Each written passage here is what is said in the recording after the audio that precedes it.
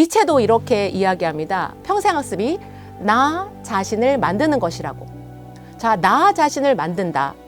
이것은 과연 어떤 본질적인 의미가 있는지 생각해 보겠습니다. 꿈꾸는 사람은 희망을 버리지 않습니다.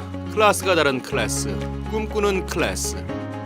안녕하십니까. 아름다운 5월에 꿈꾸는 클래스에서 여러분을 만나 뵙게 되어 정말 반갑습니다. 저는 평생학습 니체는 이렇게 말했다의 저자 최수연입니다. 그럼 여러분은 이렇게 말씀하실 거예요. 어떻게 말했지? 라고 반문하실 거죠? 자, 그래서 오늘은 니체 철학에서 평생학습이 어떤 의미가 있는지를 이야기해보고 싶습니다. 오늘의 이야기 주제는 참 좋은 삶을 꿈꾸는 평생학습 여행입니다. 이 이야기 주제를 보시는 것처럼 오늘의 이야기는 평생학습이 우리 삶에 왜 중요한지, 참 좋은 삶을 위해서는 평생학습의 의미가 어떤 것인지를 살펴보는 시간이 되겠습니다. 자, 여러분, 이제부터 평생학습의 개념과 그리고 평생의 개념, 그 의미를 현실적인 측면과 본질적인 측면으로 이야기를 시작해 보겠습니다. 그 첫 번째 평생학습의 의미는 우리가 다 알고 있는 것입니다. 평생 동안, 한평생 동안 태어나면서부터 죽을 때까지 우리 삶과 끝까지 함께 한다는 것이죠. 우리의 삶에서 이런 말을 많이 듣죠. 오늘 하루 어땠어? 나 오늘 택시 타고 병원에는 잘 다녀왔는데 앱 사용하는데 많이 힘들었어.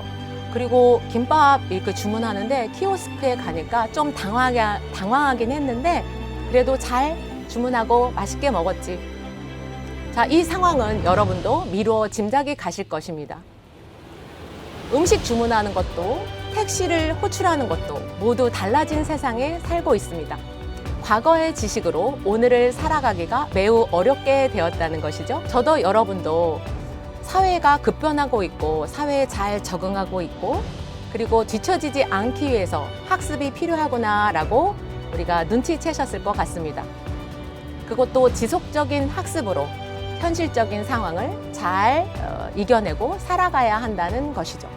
과거의 지식으로 오늘을 살기 어렵다 기억해 주시기 바랍니다. 미래학자 엘빈 토플러도 이렇게 이야기했어요. 21세기 신문맹자는 읽고 쓰지 못하는 자가 아니라 바로 배우고 바로 잊어버리고 다시 배우지 못하는 자다라고 말했습니다. 중국의 노자도 같은 말을 했죠. 지식을 얻으려면 뭔가 쌓아야 하지만 지혜를 얻으려면 뭔가를 버려야 한다라고 말했습니다. 어쩌다 한번 배운 지식 그리고 과거의 경험에 의존해서 그리고 나는 부족함이 없어 라고 하면서 살아간다면 니체가 말한 대로 몰락하는 자로 살아가는 걸 선택한 거 아닌가 생각하게 됩니다. 이렇게 부족한 게 없어 나는 기존의 경험에 의존해서 살아갈 거야 하는 자를 대부분의 철학자는 살아있으나 살아있지 못하는 자라고 이야기하였습니다. 참 좋은 삶은 이렇게 몰락하지 않고 살아있으나 살아갈 수 있게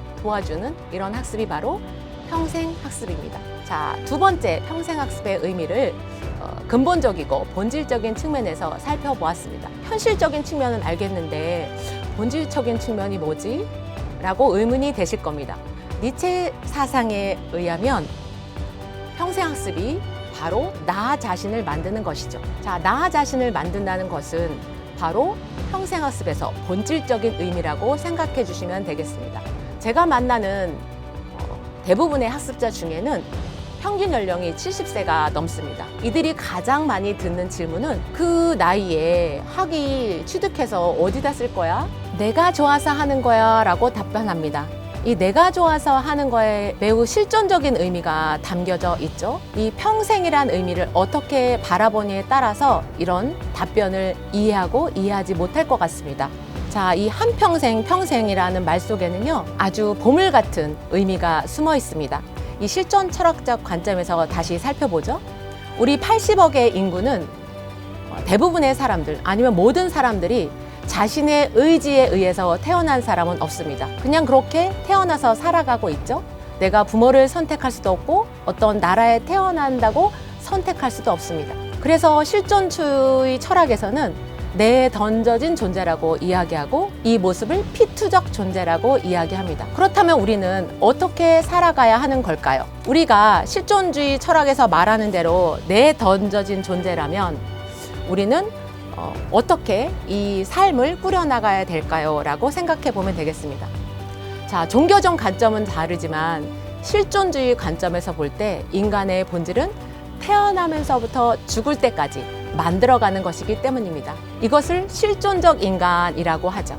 이렇게 실존적 인간은 태어난 다음에 각자의 본질을 만들어가기 때문에 실존이 본질에 선행한다 이렇게 말합니다. 아주 유명한 명제죠. 이 말을 예를 들어 이야기해 보겠습니다. 집에 냉장고가 있었는데 냉장고가 고장이 났습니다. 냉장고의 본질은 차갑게 하는 것이죠. 이 차갑게 하는 기능이 사라졌어요. 자, 여러분은 이렇게 냉장고의 본질, 차갑게 하는 기능이 사라지면 아마 대부분 내다 버릴 것입니다. 쓸모가 없어졌기 때문이죠. 자, 냉장고의 본질이 사라지면 냉장고의 존재는 의미가 없습니다. 이렇게 냉장고처럼 사물의 존재는 본질이 먼저이고 그 다음에 존재하는 것이죠. 그래서 이런 명제가 가능합니다. 본질이 존재에 선행한다. 그런데 인간을 보겠습니다. 인간은 어떨까요? 사물과 확연히 구분되는 존재인 인간은 이렇게 이야기합니다. 존재가 본질에 선행한다. 이 말은 예를 들어 냉장고 주인이 전쟁에 나가서 몸이 불구가 되어 돌아왔다고 생각해 보겠습니다. 그 냉장고 주인이 나의 아버지, 나의 어머니, 그리고 나의 형제, 자매라고 상상해 보겠습니다. 몸이 불구가 되어 돌아왔다고 해서 고장난 냉장고처럼 내다 버릴 수는 없는 것입니다. 그래서 방금 이야기한 것처럼 인간에게는 존재가 먼저다라고 이야기합니다. 그 다음에 본질을 만들어가는 것이죠. 그런데 여기서 우리가 가장 주목하고 중요하게 생각할 점은 인간과 사물, 즉 인간과 냉장고는 확연히 구분되는 존재 방식이 있다는 것이죠. 냉장고는 스스로 생각할 수도 없고 질문할 수도 없습니다. 무엇인가 계획하고 행동하지 않습니다. 그러나 인간은 스스로 생각하고 스스로 질문하고 계획하고 행동할 수 있습니다. 그래서 인간에게는 의식 있는 존재다 이렇게 말합니다. 자, 냉장고는 상대적으로 의식 없는 존재가 되는 것이죠.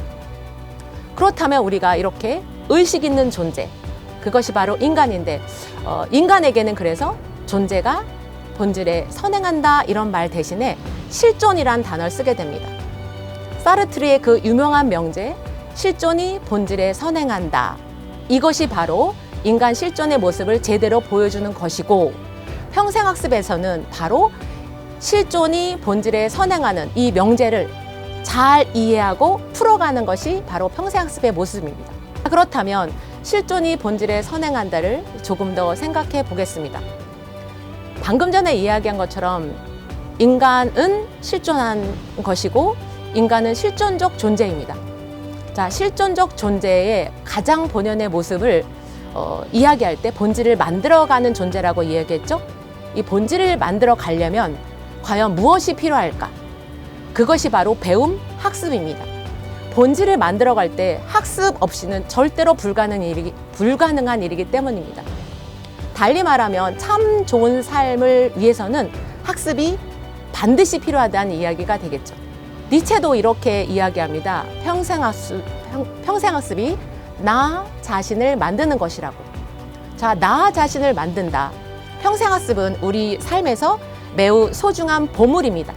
여러분, 아름다운 5월에 고귀한 삶, 위대한 삶을 꿈꾸면서 행복한 시간 되셨으면 좋겠습니다. 여러분, 감사합니다.